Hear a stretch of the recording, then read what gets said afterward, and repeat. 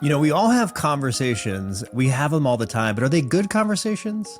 Would you like to learn how to have better conversations? What if I could tell you there is a proven playbook for how to interact with other people?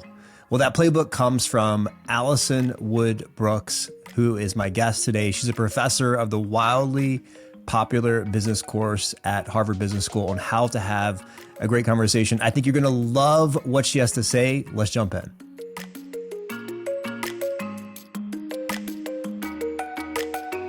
Well, hello, my friend, and welcome to another episode of the Intentional Leader Podcast, a place to be refreshed and encouraged as you lead yourself, your family, and your team. I'm Cal, and I'm really excited to introduce you to Alison Wood Brooks.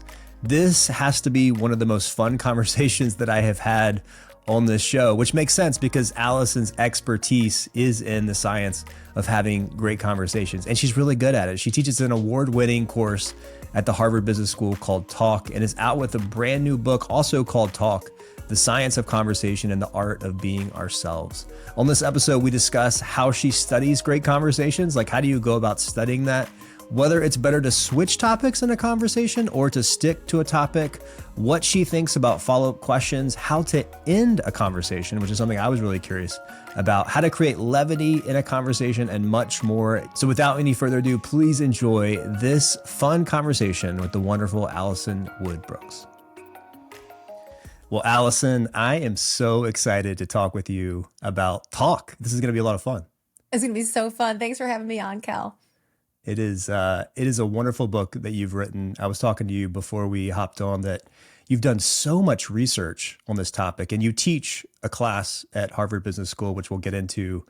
And so it's amazing to me that it's such a fun read, because you sometimes when someone is a academic, PhD, has done all the research, it can read like an academic paper. That is not what this book reads like. It's really fun. I told you I haven't finished it yet. And that's partly just because I really I'm enjoying it. I don't want to rush it, and I'm learning a lot. So lots to talk about. I want to start though with, you are an identical twin, Sarah. Mm-hmm. So, and you talk about this in the book. I never thought about what it would be like to be an identical twin, but it seems like that has been part of you being able to study conversations. So talk to us a little bit as we kick it off. What was it like having Sarah, and how did that affect your view of conversing with people and the art and science of a good conversation? This wasn't obvious to me until very recently when I was talking to my therapist, and he was like, you know so much about who you are and what you study and what you teach about and how you teach it is because you are an identical twin. You know that, right? And I was like, oh my God, it blew my mind. And it's completely true. I feel very lucky to have stumbled into this life of having a copy of myself, right? Like it's an identical copy of my DNA growing up beside me from the very moment that I opened my newborn eyes. And there's a lot to it. And if any other twins are listening, they'll feel this. Because it's like you grow up watching a version of yourself from the outside, sort of navigating the social world. You see a version of yourself succeeding and doing awesome stuff. You see a version of yourself making little stumbles and failing. So it's an extra source of feedback. It's like a mirror, an extra source of feedback that then you can say, oh, well, I could do that. I could do that awesome thing too. I can make the whole cafeteria table laugh. I can do that.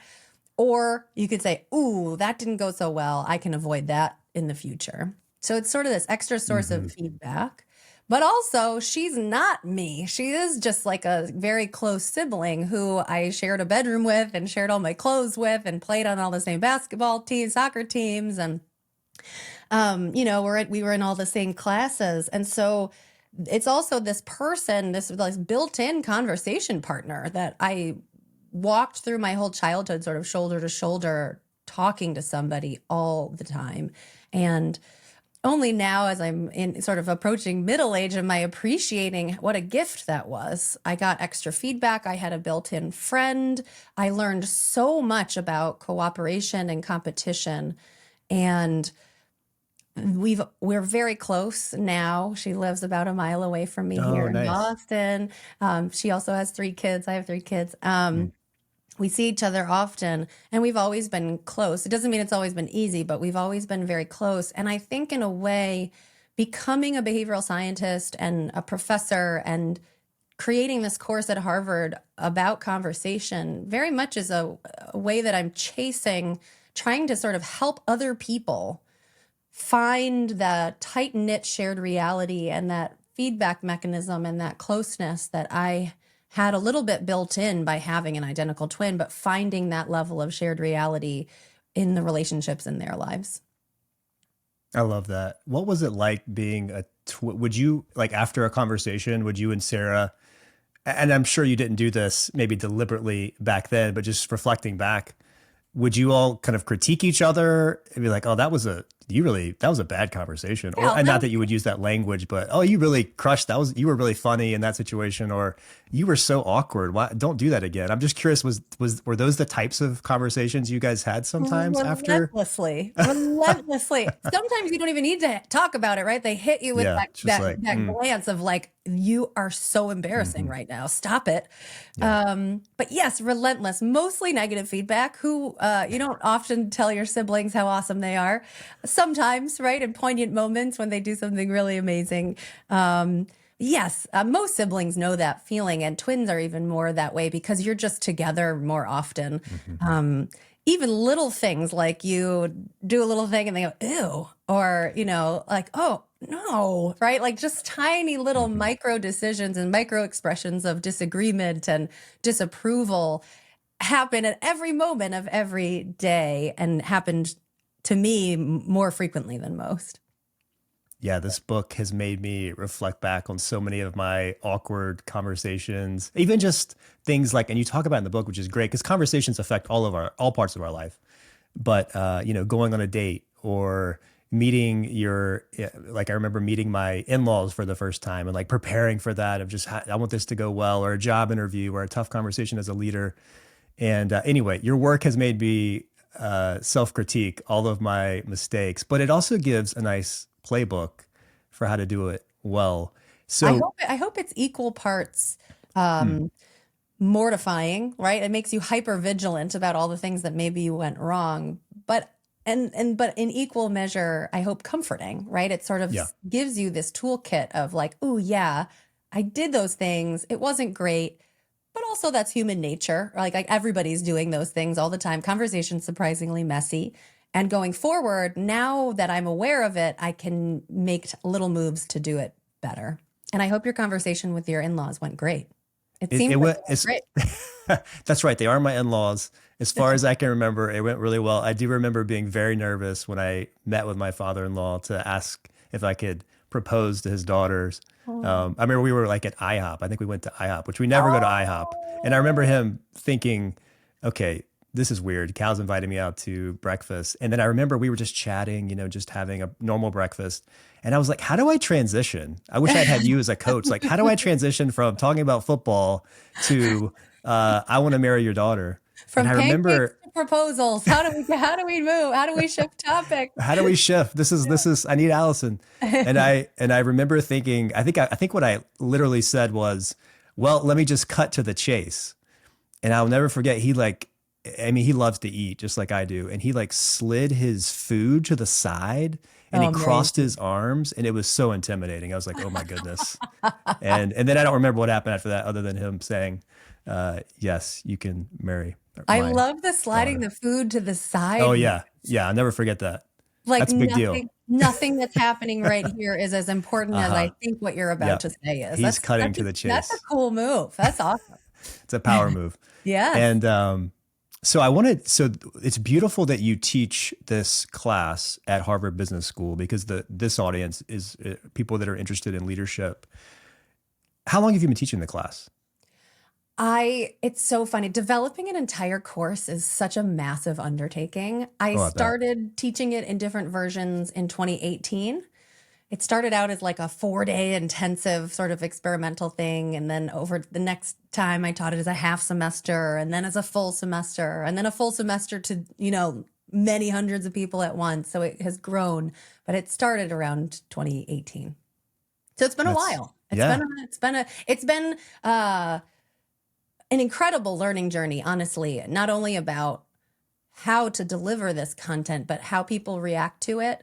And Hmm. even, candidly, in my own acceptance about, like, this content is very personal. How people Yeah. talk to each other is a very personal thing. And so I think it's quite courageous, maybe a little foolish, but quite courageous to devote your life to trying to teach something that's can be so sensitive and personal, Hmm. and getting to a place of acceptance where you realize this is really going to help some people, but other people may not be ready to receive it.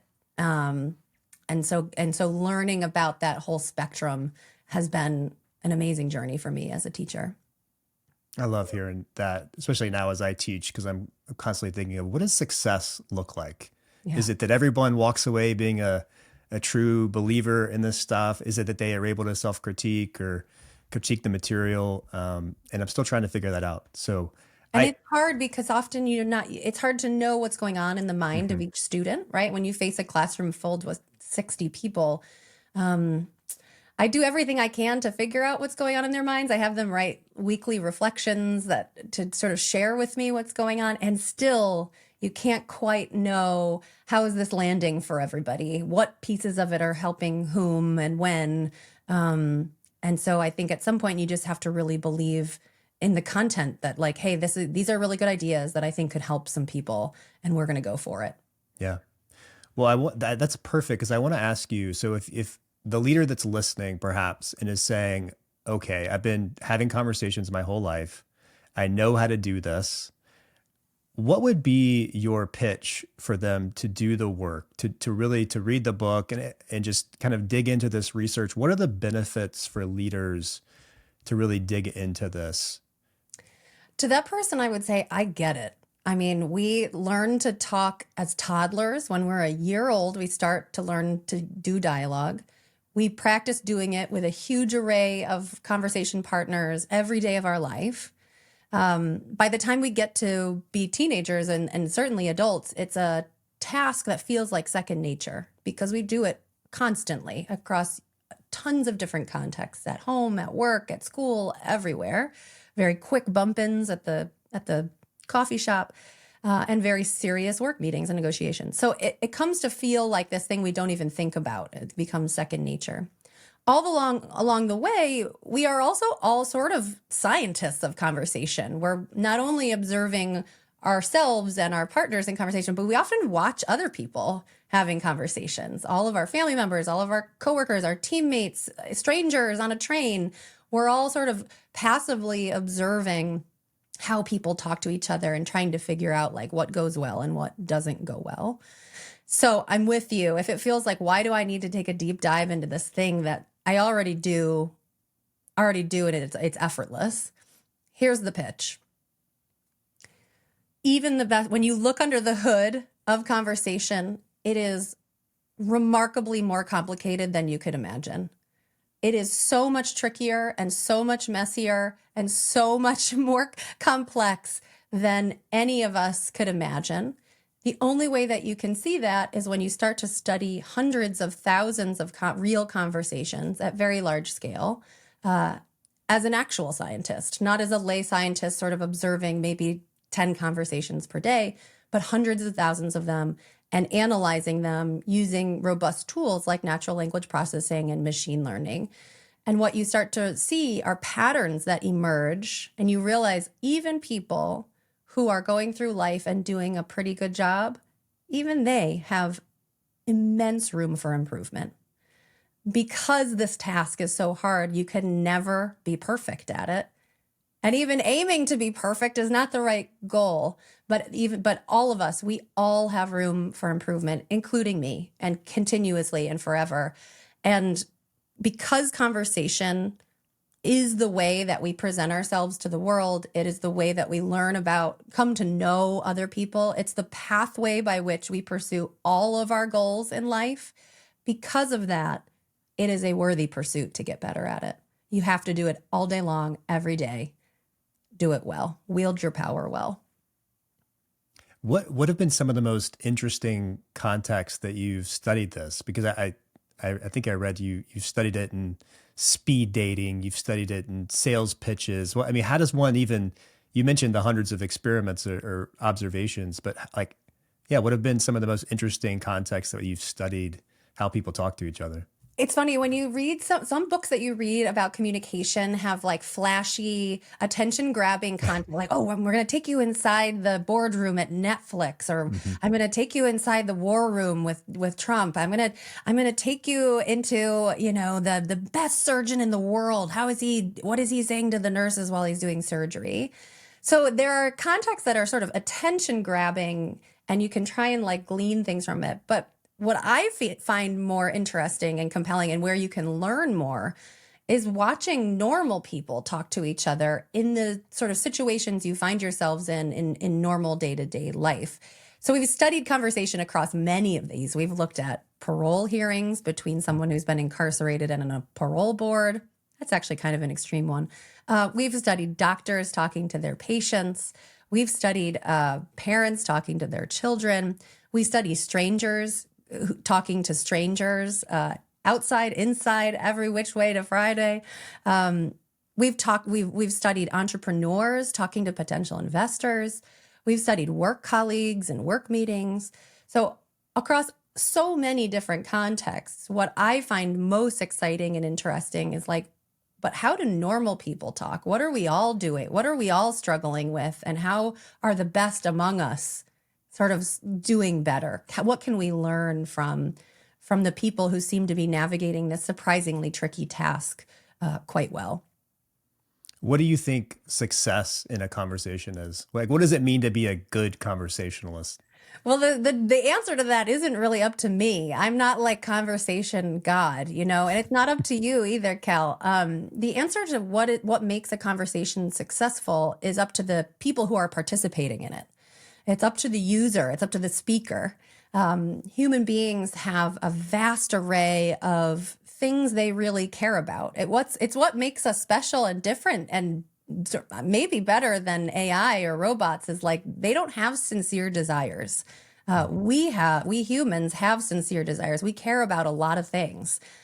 Sometimes it's sort of dumb things, and sometimes they're unvirtuous, but we sincerely have goals that we'd like to achieve.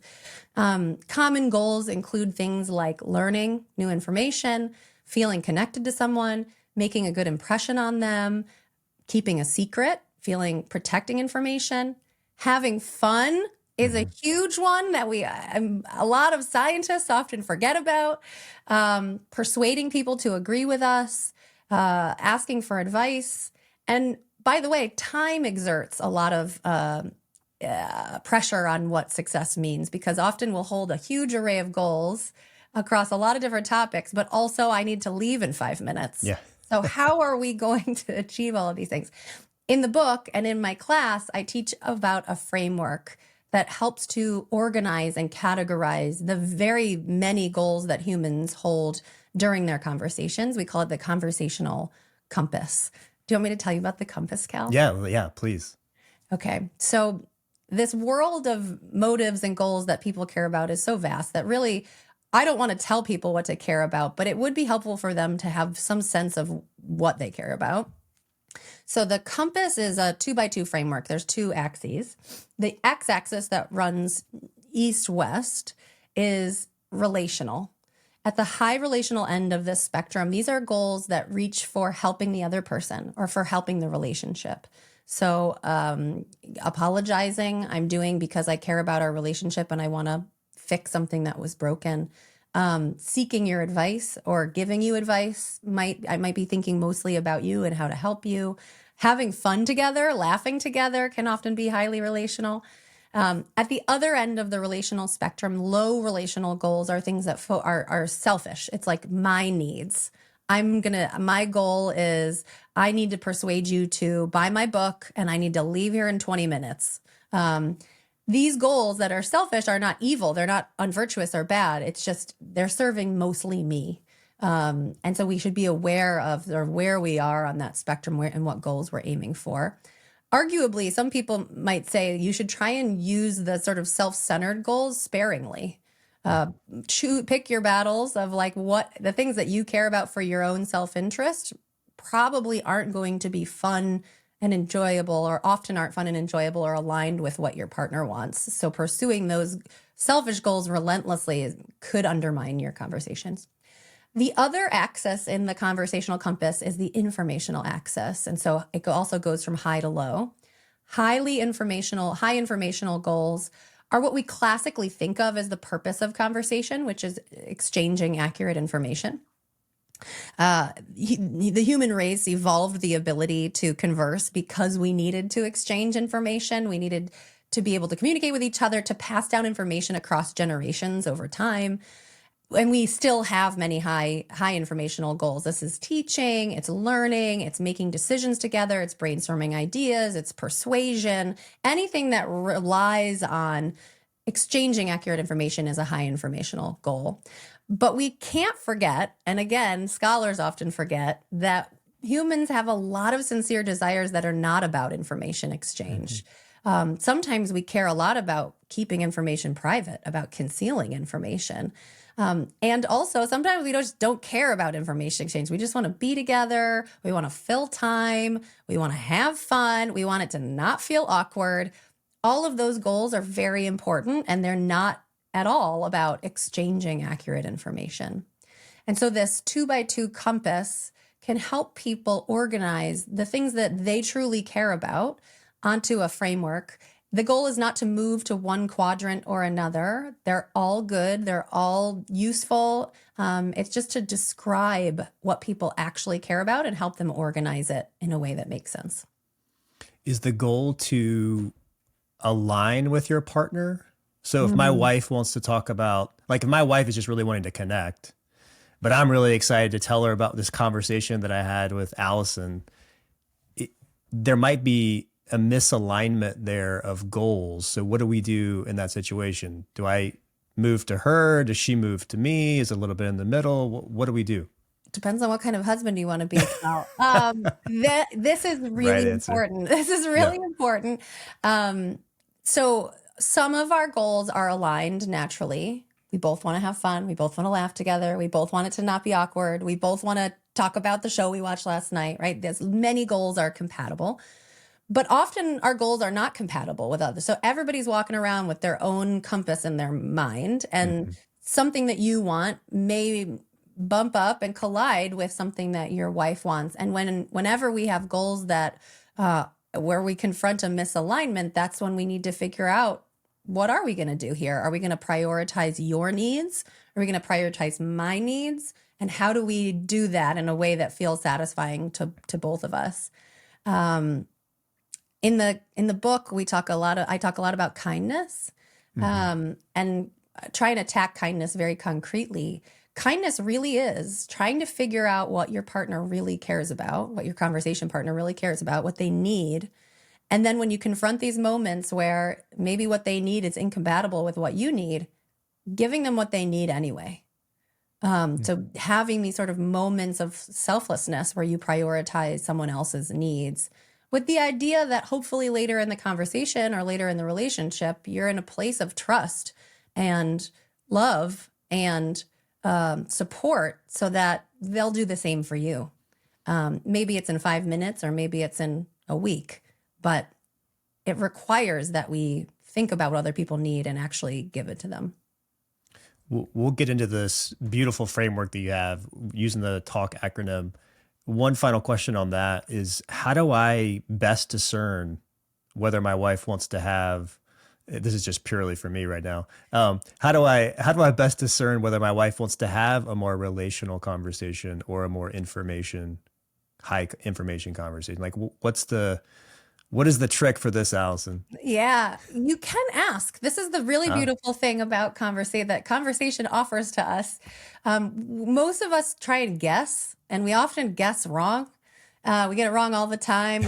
Somebody just needs a hug, but instead we try and solve their problem for them, Yes, right? yes. So we guess oh, this is what you need. You need me to fix this for you. And actually all they wanted was for you to be like, that's hard.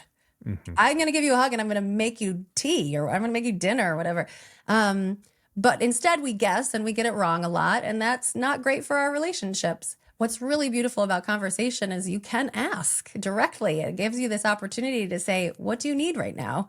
I think some phrases that are very helpful that we can all use more. The question, what do you need? What do you need? What do you want? What's going to make you feel better? How is this interaction going to be most rewarding to you? How can I make it most rewarding to you? Those are beautiful questions. Even hearing me say them right now probably feels pretty good. Like if I was really asking you, it just feels amazing. And we don't ask those questions enough. Thank you, Allison. This is good. So let's talk about your talk framework. And the T is for topics, the A is for asking, the L is for levity, and then the K, which we've already talked about just a little bit, is for kindness. So in topics, this is fascinating to me, especially as a podcast host, because I have had a lot of our conversations on this podcast, and I spend a lot of time preparing for it. And I think about, okay, what would make a good conversation? Where do I want to start? Where do I want to weave it? Like, how much do I switch between topics? Do I go deeper? Do I move to the next? And whenever someone asks me about like, hey, I'm starting a podcast, like what would be your tips? And I'm like so excited to talk to them because I'm like, I've got all kinds of thoughts. I don't know if they're any good. So reading your book was super helpful. One of the things you talk about under the topics framework is this idea of preparing for a conversation. Yeah. And it sounds like when you teach this to your students, or when you kind of have them go through this exercise, there's some hesitation. There's some reservations about this. Just feels weird to prepare. So tell us a little bit about what you found in terms of either the pros and cons of actually doing a little bit of preparation before you are about to have a discussion with someone. Listen, I wish everyone in the world could live the experience of being a podcast host. Because it forces you to practice and prep and learn many conversation strategies that most people are not nudged to do in their day-to-day lives, but should be applied to almost all conversations. And in fact, as a podcast host, I would challenge you to take some of what you do to prep for these conversations and how hard you work in listening to your guests during the conversation. Like, we should all be doing that in all of our conversations.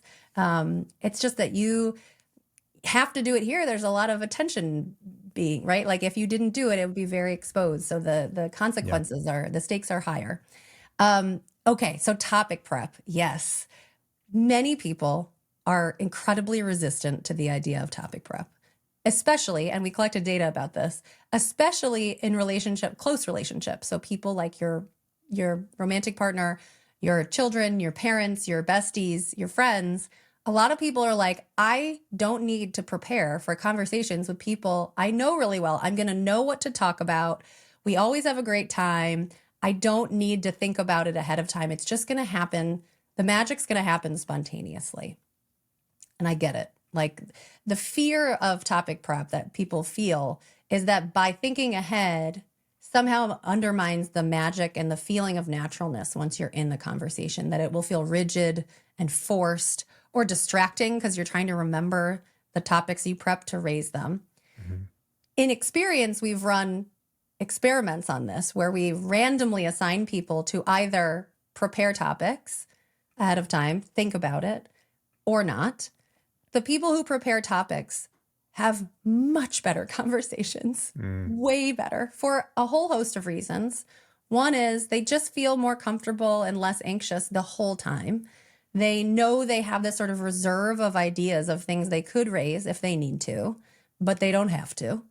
So when you get to those little mini moments of panic where you're like, oh, I know we're getting bored on this thing and I need to switch to something else, you just don't need to panic. You can just go to something else that you've already got in your back pocket. So it reduces anxiety. It reduces just what we call disfluencies at topic boundaries. So there's not the pauses are shorter. There's not as much uncomfortable laughter. Another sign that a topic is growing stale is that people start to repeat things they've already said. So redundancies. As soon as that starts happening, it's a sign that you should switch to something else. And switching to a new topic is so much easier if you already have like a list of ideas of where to go. It makes conversations much more enjoyable, mutually enjoyable for the person who has prepped and their partner. And it makes you much more likely to land on topics that actually are rewarding to you both. And it's not like rocket science. You just have to think. In our studies, we did a few different ways that you can prep. Even 30 seconds of forethought before the conversation starts makes the conversation more enjoyable and more productive. Because you literally think to yourself, okay, let's imagine I'm meeting up with my best friend. Since the last time I saw him, he had like an adult hockey game. His kid had a really hard test at school. I want to check in about that. He mentioned that at work, he had this huge presentation with this investor. So I'm going to ask him how that went. Just there, you're already going to remember to ask the things that you should be checking in on about with your friend. You're showing him that you were thinking about him when you were apart. Like, that's what friendship is. And he's going to have cool answers because it's stuff that you actually should be talking about. So yes, all of this to say, topic prep is your friend. If you are resistant to it, I hear you. Maybe give it a try. And like all of my students who are also often very skeptical about it, you too will be a topic prep convert. It makes so much sense. I mean, even just thinking about your friend as you were just rattling those things off. If I were your friend, I would feel so connected to you. I would be like, wow, she actually remembered the things that we talked about last time. She kind of knows what's going on in my life. And it just feels nice to be seen. And I'm sure you would want to do that anyway, but we often, if we didn't just do that little bit of prep, we wouldn't already have it on our mind. So my guess is when we're having the conversation, we're thinking, oh, what should I ask him about? So it probably distracts us too from being present in the moment. Part of what people don't realize about conversation is that once you're in it, it is remarkably distracting. It's so much trickier and more complicated than you realize. And your brain is like in overdrive trying to keep up, right? You're trying to listen to what your partner's saying. Yeah. You're trying to take in all these visual cues. You're elaborating on what they're saying in your brain. You're trying to respond quickly in a way that's like great. So that cognitive load is very heavy. It's you're asking a lot of your brain. Any bit of that cognitive work that you can offload to before the conversation has begun, you should do it, especially if it only requires like 10 seconds and is very easy. I like to write mine down. I write down topics in my calendar notes and on a piece of paper. Often I don't bring them up, but when I do, it's so helpful every time. And it's not just for people that you know well, right? It's really productive in work meetings, of course. It's a way that, in a way, it actually like nudges you to even prepare more thoroughly, like think more about the content of what you're working on with somebody. If you're like, oh yeah, I should know what to talk about once we're together. Oh yeah, I meant to actually devote some brain power to that thing anyway. You can also topic prep for people that you don't know at all. So there are lots of archetypes in the world. There's the barista at the coffee place. There's the assistant that you don't know well that you're going to bump into in the hallway at work. There's the person sitting on the subway near you. All of these different types of people. You can also think ahead of like, what would a good person do in that situation? What would they say? Is it like a quick compliment? Is it a funny question? Is it a joke about the train? Like all of these little moments of forethought are forms of topic prep. That's really good. I hadn't even thought about just the kind of archetype questions and like, well, I love that question. What would a good person do in this situation? And you made it, and you said something that stood out to me. You said that sometimes you don't even use the topics. So is your approach to do the preparation, but then to connect whenever you have that meeting or conversation, it's just you kind of feel the vibe. And it depends on your goals, right? Like if your goal is very specific, we need to make a decision together about which project we're going to invest in. You need to talk about that topic, and that should be part of your topic prep. Like, this is item number 1. We're going to get to that. But also in your topic prep, you can kind of be like prioritizing topics in the way that you would prioritize your goals. So having a little reserve, if like lower tier goals are, hey, feel connected and have fun, then in your reserve should be some topics that will be fun and make you feel connected. And so often you end up using those reserves on the margin. And even if you don't, they're there for you. You felt more comfortable and prepared the whole time. This is so good. And I'm having so many questions that are coming to mind, Allison, because I think about this stuff all the time. One quick one, because I think about this a lot as a podcast host. I think the best podcast conversations are with the follow-up questions. I think that's where you really get to the good stuff. And I've listened to conversations and I've done them where it's just like, okay, you've got a book. We're going to kind of go through the things. And sometimes people they've already talked so much about a topic that you can easily get them kind of real scripted. And so that's also why I like to ask follow-up questions. But your research also seems to indicate that switching topics more frequently ends up leading to more enjoyable conversations. Your instincts are so good, Cal. So follow-up questions are magic. They require no prep. It requires that you listen to your partner, find little bits that you're curious about and ask about it. They are incredibly powerful. They increase social closeness and liking and information exchange. They're also useful in a pinch where, like, if you don't know what to say, you can always ask a follow-up question. Literally every time you talk, I have my students do an exercise called never-ending follow-ups, where you literally just ask a follow-up question every time you talk, which sounds extreme, but in the experience of it is like really wonderful. It doesn't feel extreme at all. It's just really, you get deep with somebody quickly. So follow-up questions are magic, yes, and so much more interesting than just like going through a list of pre-planned topic questions where somebody could just sort of script their answer. So that's not, you're getting away from the spirit of what a conversation is if you're just doing like the working through a list. Follow-up questions add that magic back in. At the same time, we also find that great conversationalists switch topics assertively. So as soon as something seems like it's running out of juice, they very confidently move to a new topic. And something that blew my mind when we were doing this research is that you can do both. It's not a trade-off. Oh, so the best conversation, I think naturally we think about a trade-off between breadth and depth, like covering a lot of topics versus one and going really deep on it. That feels like, ooh, but if I want to have a deep, meaningful conversation, then I can't move topics quickly. What we see, though, is in practice, great conversationalists do both. They switch topics assertively and frequently, and they get deep on it quickly, often by asking follow-up questions. So they don't hem and haw in small talk. They're sort of like, let's get past this bullshit and get into the real stuff quickly. So that then once we get through the good stuff, then we can move to a new topic. And so you just see this, it's more interesting. It moves faster semantically and conceptually. That blew my mind that there is not actually, it doesn't seem like there's a dramatic trade-off between breadth and depth in terms of like information exchange in a conversation. The other thing that you said that also it's very comforting, if you're a very good follow-up question asker, follow-up questions are like stealth topic changers.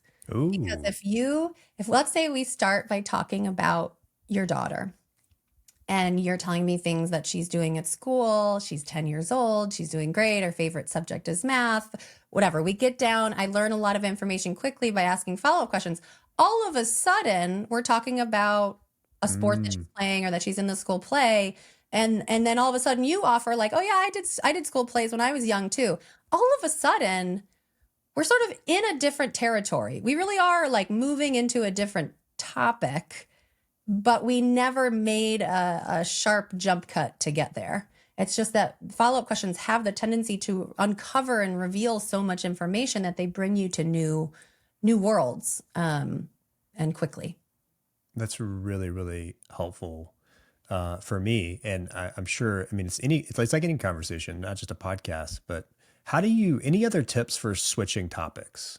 I mean, we talked about the follow-up can actually be a stealth way to switch, but any other, because that's probably, I've probably had some of the most awkward conversations. There's two parts to this for me.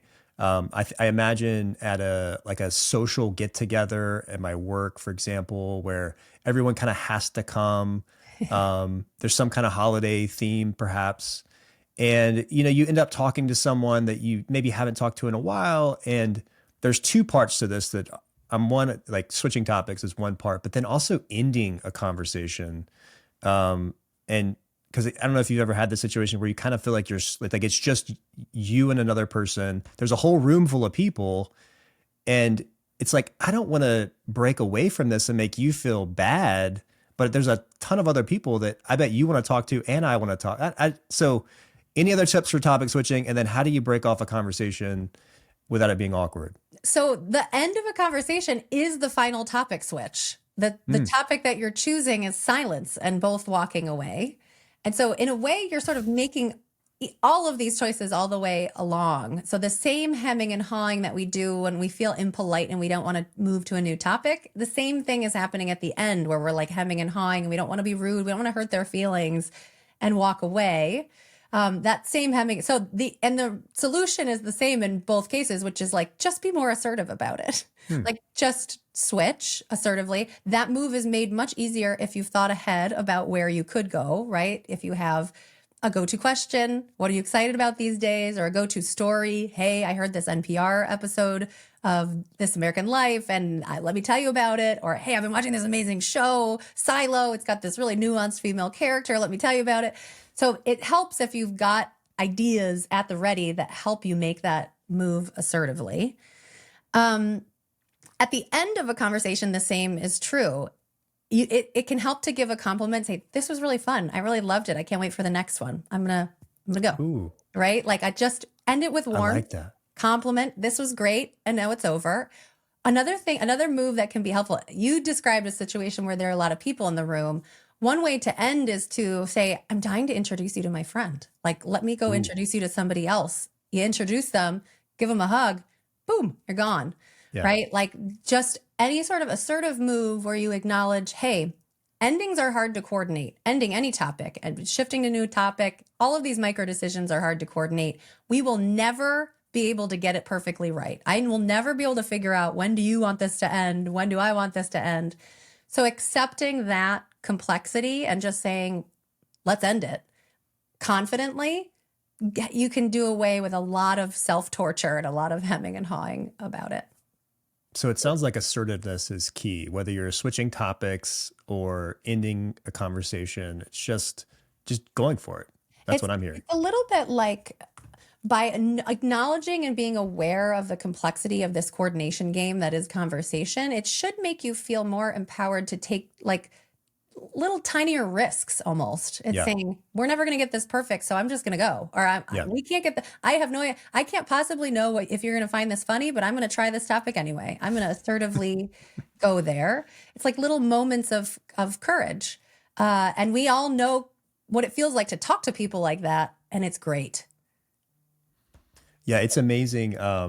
I feel like I feel more confident now reading your work to switch topics. Like that was really helpful. It's like, okay, well, people tend to like that more. I'm not going to feel like I need to sit on a particular topic. Because when I think back on some of my least, I would say, effective conversations, it was like you just kind of sat on a topic for too long. Yeah, you stagnated. And it's like, okay, I want to move on. I don't know if they want to move on. And even just reading your work too, it's like, they probably want to move on too. Oh yeah, for sure. Nobody wants to feel bored. I like asking myself this question of like, how much does anyone really have to say about any topic? Yeah. Even if you are a world-renowned expert on whatever, dolphins, you might have like 2 minutes worth of content in you that's actually exciting and interesting to share. It's definitely not 2 hours.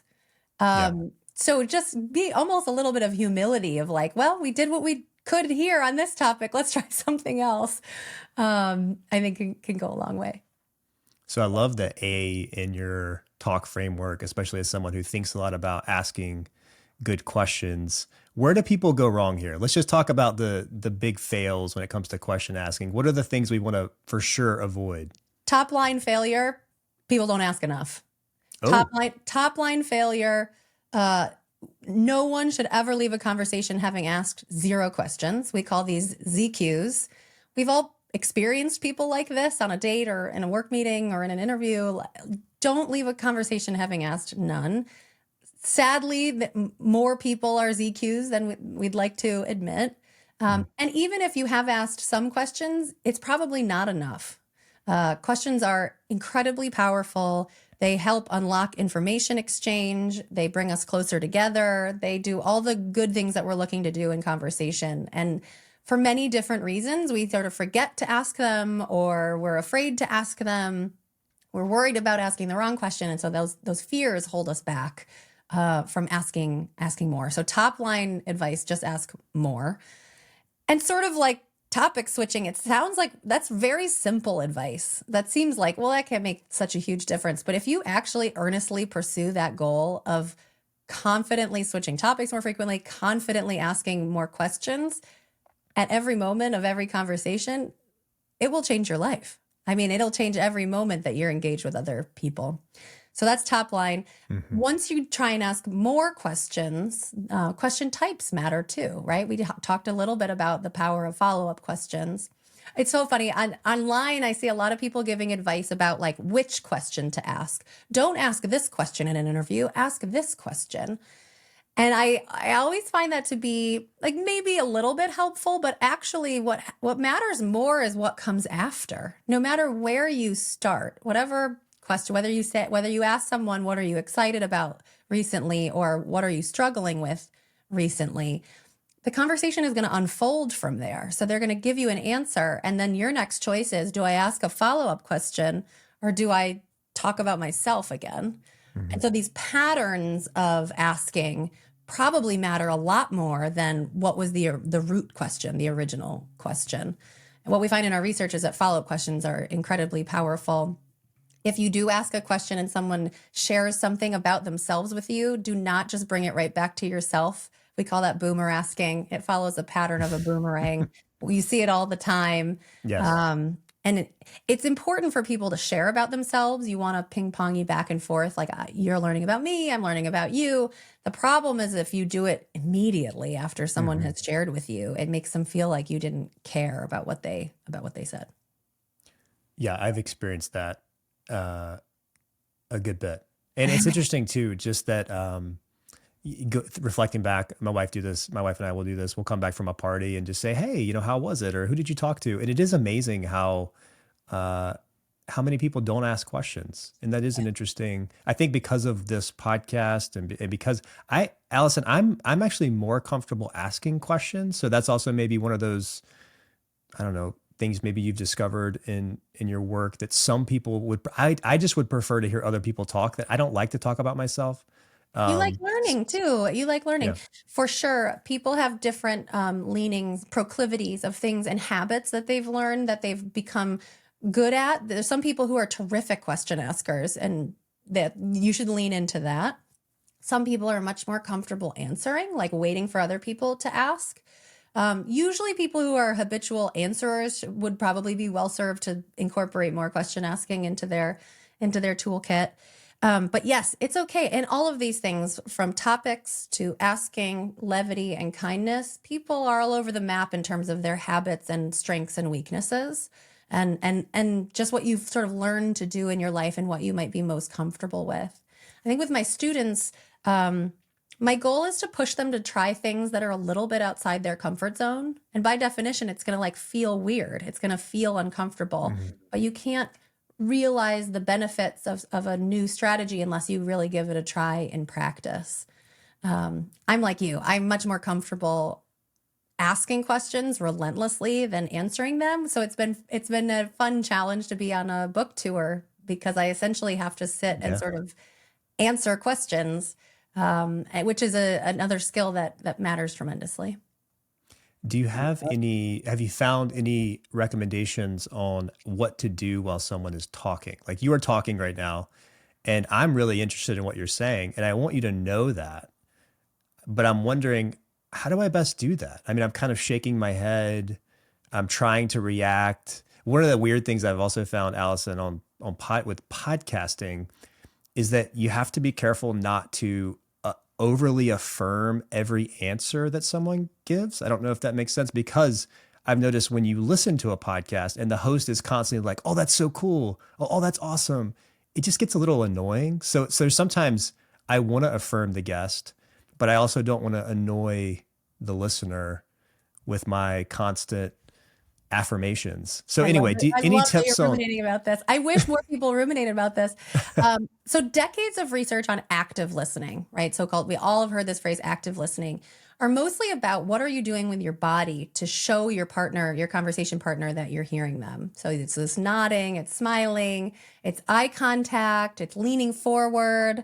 These nonverbal cues that, hey, I hear you and I'm engaged with you. That's very important. It's important that your partner believes that you're listening to them. So it's sort of like listening 101. The problem is almost all of those behaviors are easy to fake. And we all know it because when we sit on Zoom and we're smiling and nodding at the camera, everybody's off on the side, like texting their friends and making their grocery list. So the question then becomes, well, what's not fakeable? What is a high fidelity way to show your partner that you are putting in the very hard work to listen to them? You're hanging on their every word. You're thinking about what they're saying. And the beautiful opportunity that's presented to us in conversation is that you can show someone you're listening with your words. So affirmation's great. That's so cool. But what's even better is like specific, concrete affirmation. I found it so interesting when you said that conversation offers a unique opportunity to use my words. So literally repeating back something that they have said and just repeating it, right? Like just acknowledging, hey, what I'm hearing you say here is this, and just repeating it. That's amazing. If you attach an affirmation to it, here's what I heard you say, and I loved it, and here's why. I mean, now you're getting into much more effective territory. Listeners don't find that kind of affirmation as cloying as just like, oh, I love that. Oh, great. Right? Like these more sort of empty affirmations that are not rooted in necessarily what the other person has said.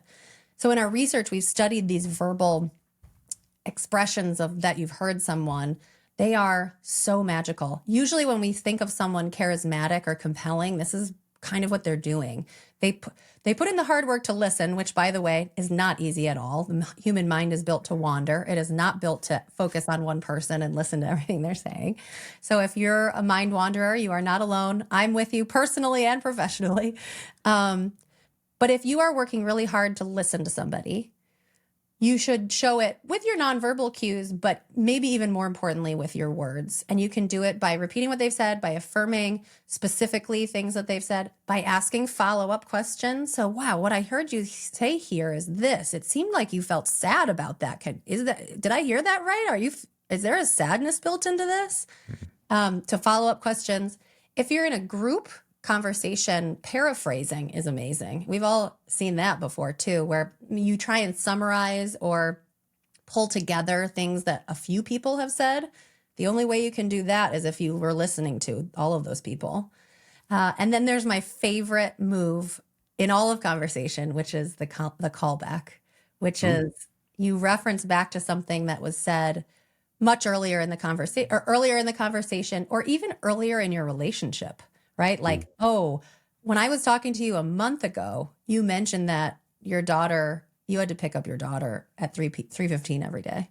Like the only way I can say that is if I was listening to you a month ago, was thinking about it, care about you, and I'm super smart and I'm bringing it up again. Like all of those things, that's what everybody wants to be in conversation. Clever, kind, a good listener, making people feel known and understood.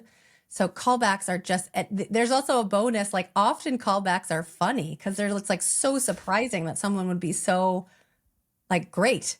So use more callbacks. Wow. It's really similar to, I was talking to someone about encouragement, and one of their recommendations was to give specific encouragement. Like that's one of the best ways. It's not just, oh, you did great, but if you can point out specifically what it is you thought they did great, that it just makes such a big difference in terms of how much people believe you. Yes. And well, exactly. And it's what I believe you when you say that like lots of affirmations gets annoying. It might be annoying for the person you're talking to, and it's certainly annoying for people who are listening. So making them more specific, I think takes that it's annoying because it sometimes can feel shallow or like not based in substance. When you are doing encouragement, you can do personal encouragement, which is like, I love your energy, or like, you're so amazing. And what a great idea you just suggested, right? Like, you're giving them a compliment in that moment as a person. You can also do what we call topic encouragement, which is like, oh, this is so interesting. I'm dying to know more about what you just said. Which is saying, I want to stay on this topic. I want to continue to work here together and learn as much as we can about it. It's a little bit different than saying like, I love you. It's saying, I love this topic and what we're accomplishing on this topic together.